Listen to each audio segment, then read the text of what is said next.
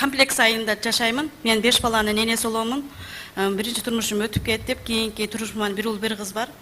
Ошого күйөөм тараптан ажырашып, закон түрдө сот тарабынан алимент чыккан. Ал алиментти мына бүгүнкү күнгө чейин 2022ден баштап 2026га чейин 304 000 соттун чечими турат. Бардым, ага 1 айдан бери 1,5 ай болду, дагы деле арыз жазып атам, андан ответ ала албай атам. Ошол эле Куназар Бактияр дегенден бир тууган агамдын 11 малы менен урдалып, ошол малымдан пул төлөнбөй, алдагы соттун чечими күчүндө турат. Сот аткарчыларга анан кийин мен 2016дан баштап 2010дон 2022ге чейин жерге участокко арыз жазганмын. Ошонун дагы мынакей өчүрүктө турган 574-чү өчүрүктөгү күнү беришпейт. Мен ушул айыл өкмөттөгү Базар Коргоонун акимине, сот бардык тарабын адамдарына мен нааразымын.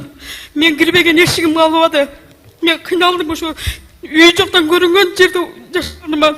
Сот аткаруучу. Неге мындай иштерди жүргүзбөй атасыңыз? Сизге берип аткан мына күчүнө турган күчтөр боюнча эмне алыңар жетпей атабы? Эмне себептен мында мына 2 жолду айтып, алимент боюнча деп айтып атат, жана мал урдаган боюнча деп. Эмне учакка келип атан ыйлаш керек беле? Эмне ошо бияк жазабай атасыңар бул иштерди? Саламатсызбы, Тилек Кыдырмаевич, урматтуу жыйындын катышуучулары. Бул иш боюнча азыр маалымат алдык.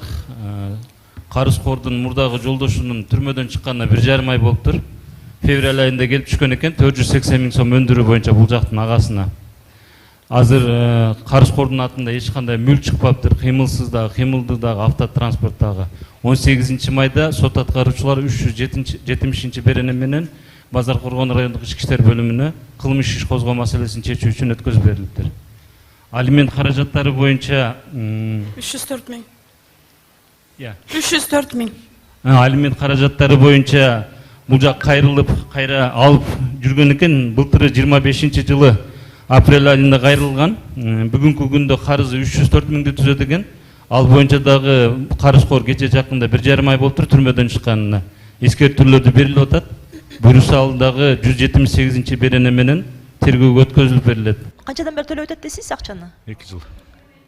2022 жылдан бери, 4 жылдан бери мурдадан эле кыймыл аракеттер алып барыш керек болчу. Анткени 4 жыл төлөбөгөндө 4 жылдын карызы толду да. 1 жыл айлангандан кийин жетиштүү да кылмыш иш козгоп камаганга.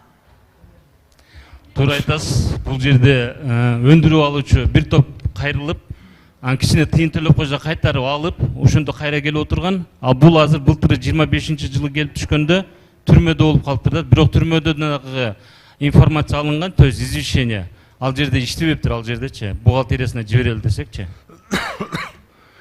Хорошо. Эгерде карызкор эч жакта иштебесе, жана аймактын орто айлыгы менен кесиле берет баары деле.